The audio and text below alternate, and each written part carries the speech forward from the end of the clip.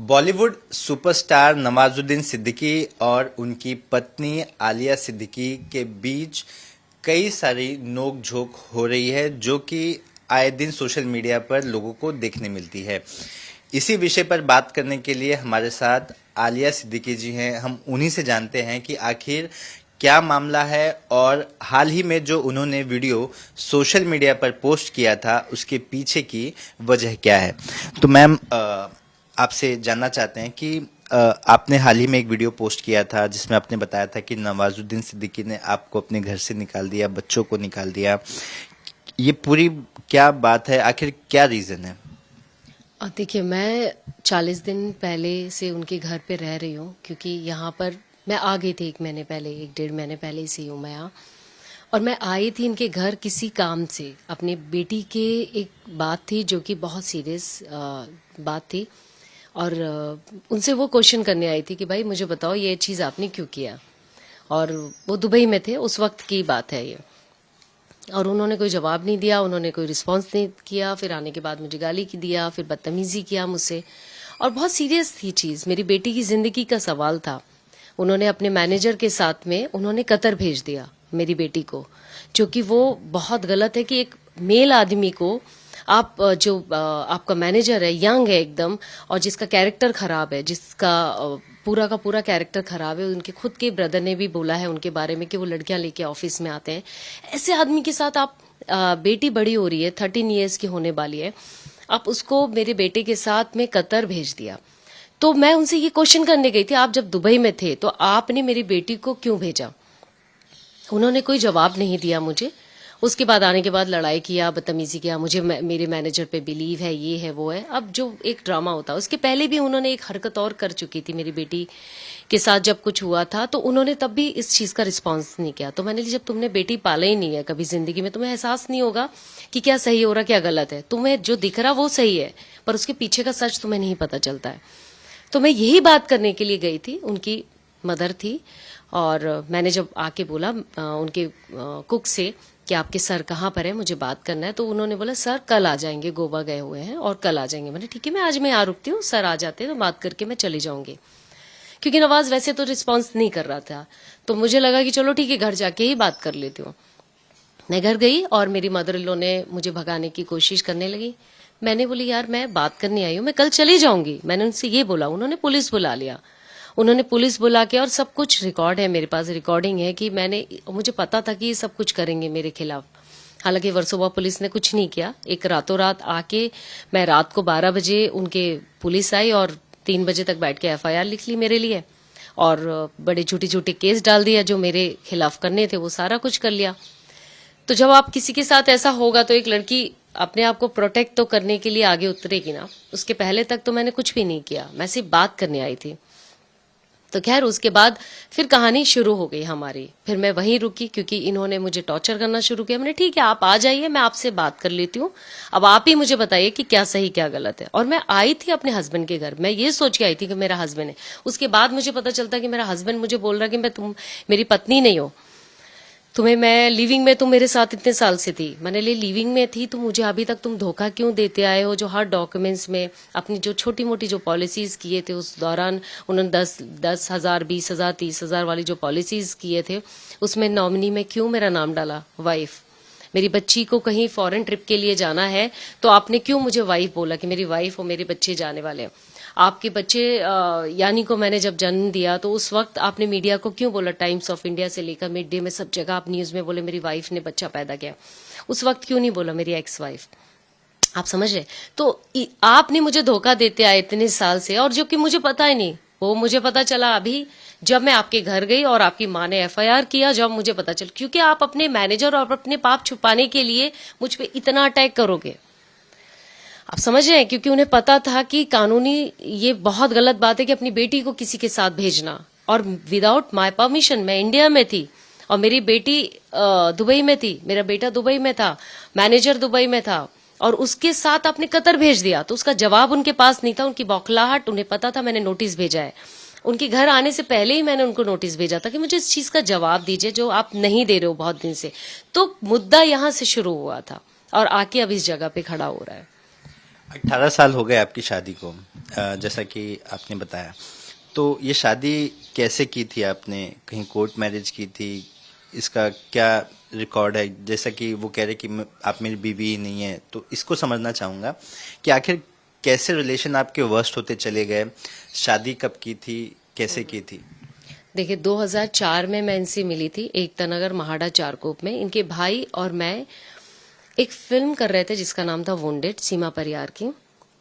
इनके भाई असिस्टेंट थे, मैं उसमें एक छोटा सा लीड रोल कर रही थी जो कि 14-15 इयर्स की लड़की का रोल था, जिसके डायरेक्टर कृष्णा मिश्रा थे और उन वही प्रोड्यूसर भी थे।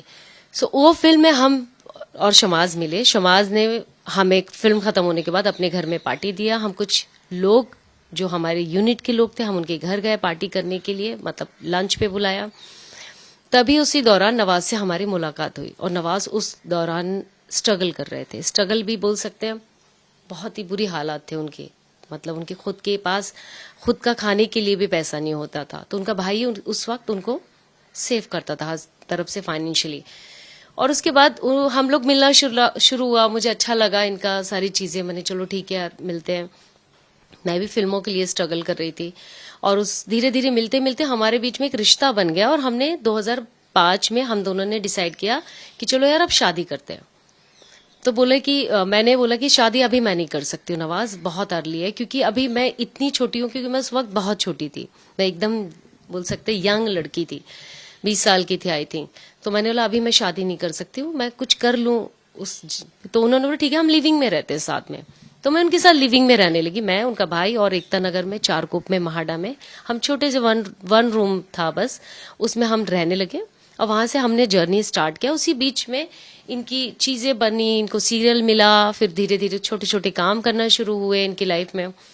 फिर इनको इनकी मदर और वो सारी चीजें, क्योंकि मैं हिंदू थी, हमेशा से इनको प्रॉब्लम थी कि शादी नहीं करने देंगे इनको, तो बहुत प्रॉब्लम क्रिएट किया उनकी मदर ने हमेशा से मुझे कि शादी तो हम करने नहीं देंगे चाहे कुछ भी हो जाए।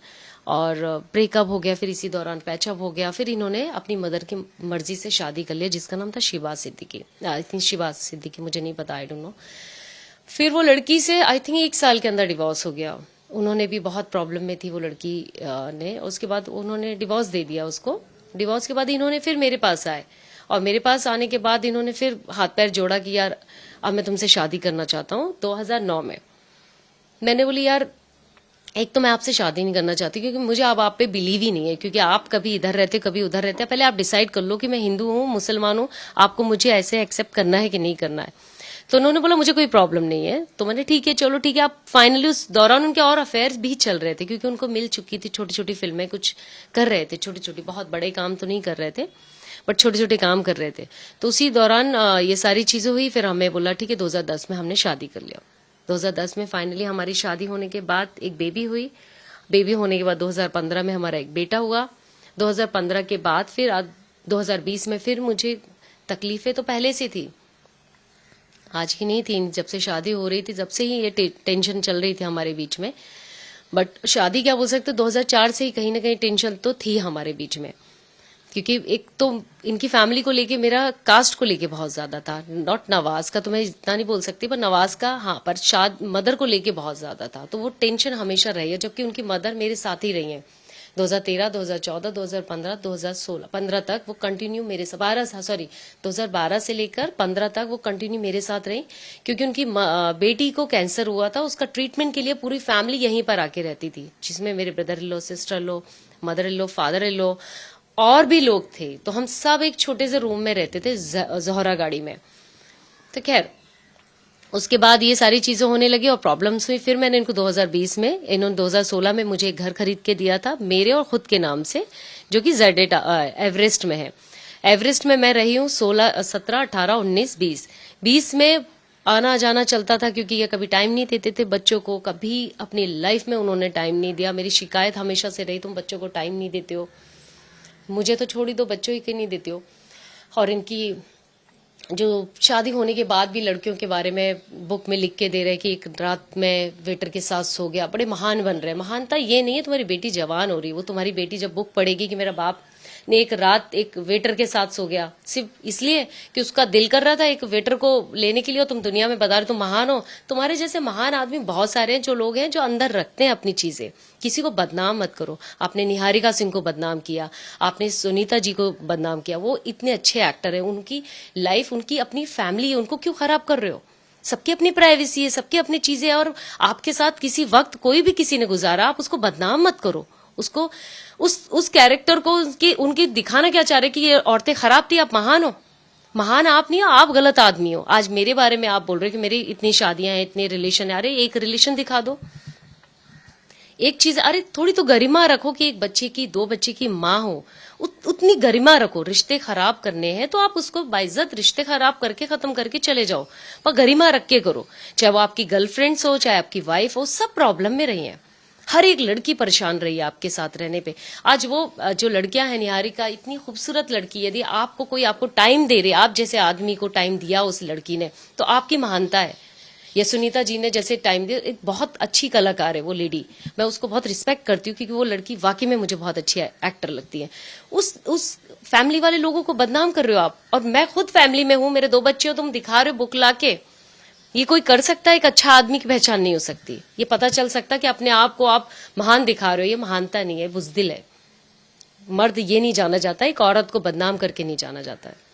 तो क्या आप लोग का म्यूचुअल कंसेंट से आप लोग डिवोर्स लेना चाहते हैं, या फिर वो आप कह रहे हैं कि वो कहते हैं आपको कि आपसे डिवोर्स हो चुका है, आप उनकी बीवी अब नहीं है, वो इस तरह का दावा कर रहे हैं? ये क्या कहानी है? मैंने आपको बताया ना कि वो अपनी चीजें, ये जिस तरीके की चीजें मुझे अभी पता चली कि ये इन्होंने कहा कि 2011 में, इनकी मदर का कहना है कि 2011 में हमारा डिवोर्स हुआ है। कैसे? वही तो मैं कह रही हूँ, उनका कहना है। कैसे, वो तो मुझे नहीं पता। 2012, 13, 14, 15 तक तो मेरे साथ ही रह रहे हो, डिवोर्स होके मेरे साथ क्यों रह रहे हो? मतलब मुझे पहली चीज समझाइए, यदि मेरा और मेरा हस्बैंड का डिवोर्स हुआ है तो फैमिली, मैं यदि लिविंग में आपके साथ हूं तो आपकी फैमिली भी लिविंग में रहेगी क्या मेरे साथ? कॉमन सेंस की बात है। मेरे बच्चे रह रहे हैं, 2015 में मतलब एक और बेटा पैदा हो रहा है, और मैं आपके साथ एक कमरे में, एक घर पे, एक पूरे कंटिन्यू रह रही हूँ आपके साथ, आपकी फैमिली के साथ रह रही हूँ, आपकी बहन का ट्रीटमेंट करवा रही हूँ, भाग रही हूँ, हॉस्पिटल भाग रही हूँ। मतलब ये सब हो गया, अचानक मुझे 2022 में पता चल रहा है कि मेरा डिवोर्स हुआ है। मुझे तो नहीं पता था, क्योंकि मुझे आपने धोखे में रखा था हमेशा। ये आपके दिल में था, आपके जहन में था। मेरे पेपर के अकॉर्डिंग मैं जाऊं तो एक पेपर मैंने कोर्ट में दिया, हाई कोर्ट में लगाया हुआ है, सब जगह लगाया हुआ है कि मेरे एक पेपर में आप बताइए जहां पर आप मुझे बोल सकते हो कि मैंने वो एक चीज एक्सेप्ट कर ली कि आपकी पत्नी नहीं हूं मैं। हर जगह मैं आपकी पत्नी हूं, आप बोलते आए, 2019 तक बोलते आए हो। मैंने तिजन बाई के राइट लिए हैं, पांडवानी की जो तिजन बाई हैं उनके राइट लिए हैं। उसके प्रमोशन के लिए आपने टाइम्स ऑफ इंडिया को भी कहा कि मेरी पत्नी ये फिल्म बना रही, जिनकी मैं बहुत बड़ा फैन हूं इनका। तो आप ये सब क्या है? हर डॉक्यूमेंट्स में आप पत्नी बोल रहे हो और अचानक आप बोल रहे हो, तो प्रूफ करो कोर्ट में। मैं तो कहती चलो ये केस में प्रूफ वहां करो, दुनिया को मत बताओ, मुझे मत बताओ, प्रूफ उधर करो। आपकी ऑफिशियल शादी कैसे हुई थी? मतलब मेरी निकाह से हुआ था। मौलाना आए थे और उनके भाई थे, उनके भाई गवाह में थे, मेरे दोस्त लोग थे कुछ लोग, और जो हम सारे लोग आके और एक मौलाना के साथ बैठ के जो होता है वैसे शादी हुई थी। तो वो चीज आपके रिकॉर्ड पर, तो उसको आपने मैरिज सर्टिफिकेट वगैरह कुछ बनवाया था, ऐसा कुछ सरकारी रिकॉर्ड पे ली थी? सरकारी नहीं, मतलब ये जो निकाह होता है, मुझे लगता है इसके लिए जरूरत नहीं है किसी सरकारी, वो अपने आप में वो एक बहुत स्ट्रांग चीज होती है। तो समझने के लिए ये कह रहा था, जैसे ये चीजें हुई तो क्या फैमिली ऐसा मानती है कि तलाक शब्द से तलाक हो गया है, या फिर क्या वो क्लेम कर रहे हैं कि तलाक कैसे हुआ? जैसे आपने कहा कि निकाह हुआ था, मौलाना आए थे, उन्होंने शादी कराई थी। उनके हिसाब से ये था, उनका खुलानामा था, वो खुलानामा उन्होंने अभी कोर्ट में लगाया है जहां बच्चे की कस्टडी वो लेना चाह रहे हैं। सो उसमें खुलानामा हमने देखा, तब हमें पता चला कि इनका ये कहना है कि मैं इनकी पत्नी हुई नहीं, तभी हमने रेप केस डाला हुआ है, जो कि वर्सोवा पुलिस ने अभी तक कोई एक्शन नहीं लिया। अब हम हाई कोर्ट जा रहे हैं, उसके लिए हम हाई कोर्ट जा रहे हैं। वर्सोवा पुलिस ने कोई भी अभी एक्शन नहीं लिया, जबकि हमने सारे प्रूफ दिए हैं कि एक आदमी ने पत्नी माना है और उसका कहना है खुलानामा। उसके बाद फिर ये पत्नी क्यों बोल रहा है? उसके बाद पत्नी क्यों बोल रहा है? हर डॉक्यूमेंट्स में पत्नी क्यों बोल रहा है? इसका मतलब वो फ्रॉड है। 420 का भी केस लगेगा, रेप केस भी लगेगा उसके ऊपर, और रेप केस लगेगा, ये तो होना ही है उसका। चलो वर्सोवा पुलिस कितने दिन कोई आदमी को बचा लेगी? एक दिन तो सामने आएगा ना, कोर्ट तो है ना, कोर्ट सबसे ऊपर तो बैठा हुआ कोर्ट ना, उधर तो जवाब देना होगा ना सबको। तो हम वहां उधर जा रहे हैं, वहां जा चुके हैं, मतलब अब थोड़े दिन में पता चल जाएगा कि वहां क्या है। नवाज अब अपने बच्चों को पूछते हैं, मैसेज करते हैं, बात करने की कोशिश कर रहे हैं, क्या कर रहे हैं? वो तो ऑफ कोर्स वो कह रहे हैं कोर्ट में कि मेरी बच्चों से बात नहीं हो रही है, मेरे बच्चों से बात नहीं करा रही है, जबकि बच्ची के पास मैसेजेस हैं, कंटिन्यू फोन में है कि बेटा मुझे आपके साथ लंच करना है, आप आ जाइए, आप आ जाइए। मेरी बेटी जब जाना नहीं चाह रही है, वो खुद परेशान हो रही है देख के सारी चीजें। मैं उसको बोली भी कि आपकी मर्जी, आप जाओ, आपका जो दिल है, आप पापा के पास रहना चाहते हो, आप मेरे साथ रहना चाहते हो, आपका जो दिल है आप जाओ, मुझे कोई प्रॉब्लम नहीं। जब वो ही नहीं जाना चाहता बच्चा, तो अब मैं प्रेशर कैसे डालूंगी? छोटा बच्चा तो है नहीं कि 2 साल का मैं खींच के उसको पकड़ लूं। 13 ईयर्स के होने जा रही है बच्ची, तो उसको तो अकल है ना कि राइट और रॉन्ग क्या है और किसके साथ रही है। वो 12 साल वो मेरे साथ रही है, जिस शख्स ने कभी उसको देखा तक नहीं है। अब जाके तुम्हें बच्ची की मोहब्बत जाग रही है, अब जाके तुम्हें जाग रही बच्चों की मोहब्बत। एक तुम्हारी माँ उस बच्चे को, छोटे से बेटे को बोल रही है कि नाजायज है, आप कह रहे हो कि हम लिविंग में। ये क्या मतलब, इतने मॉडर्न हो तुम मॉडर्न खानदान के नहीं हो, तुम जहालत वाले हो। ये जहालत भी लोग जो पढ़े लिखे होते हैं और उस मतलब सॉरी जहालत फैमिली के भी जो लोग होते हैं, वो भी ऐसी हरकत नहीं करेंगे कि एक बेटी को तुम बोल रहे हो शादी हुई है, शादी होके मैंने बच्चा किया, एक बेटी को तुम बोल रहे हो कि नहीं यार ये तो लिविंग में था। इतने मॉडर्न हो गए हो आप। मैं तो मॉडर्न नहीं हूँ भाई इतनी। अब आपने डिवोर्स जो पिटिशन फाइल की, उसमें क्या कुछ मांगे रखी हैं आपने? कैसे म्यूचुअल से आप जाना चाहते हैं? कुछ नहीं, अभी कुछ भी नहीं रखा हमने, अभी कुछ भी नहीं रखा। डिवोर्स अभी हम फाइल करेंगे, पहले हमारे ये जो चीजें हैं पहले हम वो करें, क्योंकि हमें बच्चे की कस्टडी चाहिए सबसे पहले। तो उसके लिए तो डिवोर्स पिटिशन फाइल करना पड़ेगा। हाँ वो किया हुआ है, मेरे एडवोकेट ने किया और रिजवान जी ने। तो बहुत सारे केस और चीजें हैं, वो उनको ज्यादा बेटर पता है, क्योंकि लीगल साइड मेरा इतना ज्यादा स्ट्रांग नहीं है, तो वो आपको टेक्निकल चीज वो आपको बेटर बता पाएंगे। हमारे साथ नवाजुद्दीन सिद्दीकी की पत्नी आलिया सिद्दीकी थी, जो बता रही थी कैसे रिश्ते में ये बंधे और फिर रिश्ते में कितनी खटासें आई और अब जाकर रिश्ते ऐसे मोड़ पर है जहां पर इन्होंने कोर्ट का दरवाजा खटखटाया है। ऐसे में देखना होगा कि कोर्ट में क्या कुछ निकल कर सामने आता है। कैमरा पर्सन अनूप रस्तोगी के साथ सूरज ओझा, एबीपी न्यूज, मुंबई।